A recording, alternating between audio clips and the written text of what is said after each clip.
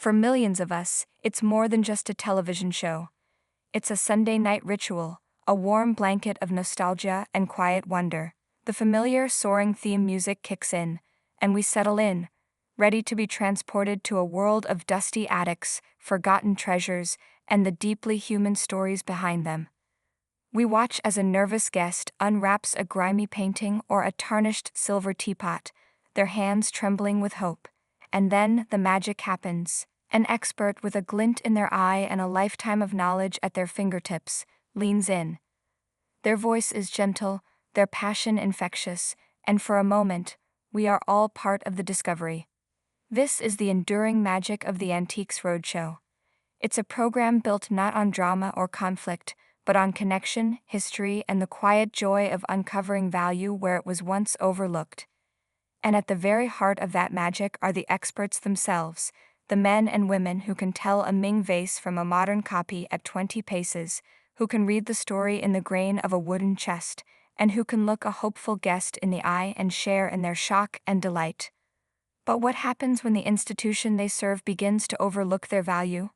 What happens when the very people who define the show's soul are told their passion is worth less today than it was nearly 2 decades ago?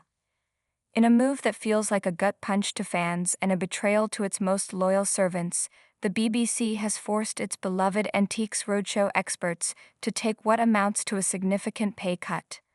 The news comes straight from one of the show's most recognizable and cherished faces, glass specialist Andy McConnell. At 73, with a twinkle in his eye and an encyclopedic knowledge of all things glass, Andy has been a fixture on our screens for 21 years. He is part of the show's DNA, and he's the one pulling back the curtain on a troubling reality. Speaking with a candidness that is both refreshing and heartbreaking, Andy revealed that the financial reward for his immense expertise is shrinking. "We got a pay cut," he stated simply. "To understand the depth of this, you have to look at how the system worked. For years, an expert would receive a base fee of £725 for a day of filming and appearing in one broadcast segment. But the filming days are long and fruitful. A single location often yields enough fascinating finds for 3 or 4 separate episodes. For each additional broadcast show an expert appeared in from that single day's work, they'd receive a 50% bonus. It was a system that rewarded their contribution fairly. If they found 3 incredible items that made it to air, they were compensated for each one. That system is now gone. They changed that," Andy explained. "We are now paid £1,000 a show but no further bounces." At first glance, £1,000 might sound like an increase from £725. But the devil is in the details. That flat fee is now all they get, regardless of whether their expertise is featured in 1, 2, 3, or even 4 broadcast episodes from that day. For a popular and knowledgeable expert like Andy, who is frequently featured, the financial hit is staggering.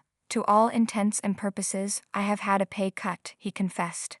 "I am working for less now than I was in 2005. Let that sink in." After dedicating more than 2 decades of his life and career to making the show a roaring success, his take-home pay for a day's work has effectively gone backward in time. In a world grappling with a cost of living crisis, where the price of everything is soaring, one of the nation's most treasured television experts is earning less than he did when Tony Blair was still in Downing Street.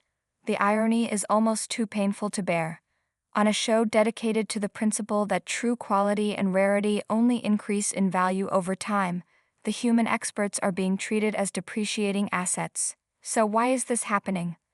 According to Andy, the BBC is feeling the immense pressure of a government-mandated 2-year freeze on the license fee, its primary source of funding.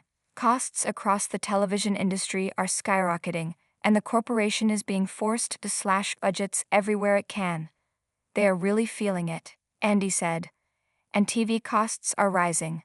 But when he confronted the show's commissioning editor about the impact this was having on the people who make the show what it is, the response was brutally corporate and utterly dismissive.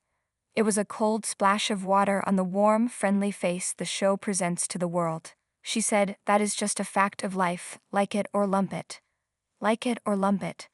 4 words that strip away the romance and reveal a cold, hard spreadsheet where the show's heart used to be.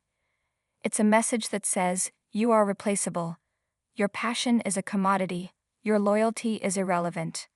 This, while the show's main host, Fiona Bruce, saw her salary rise modestly in the same period. It highlights a painful disconnect between the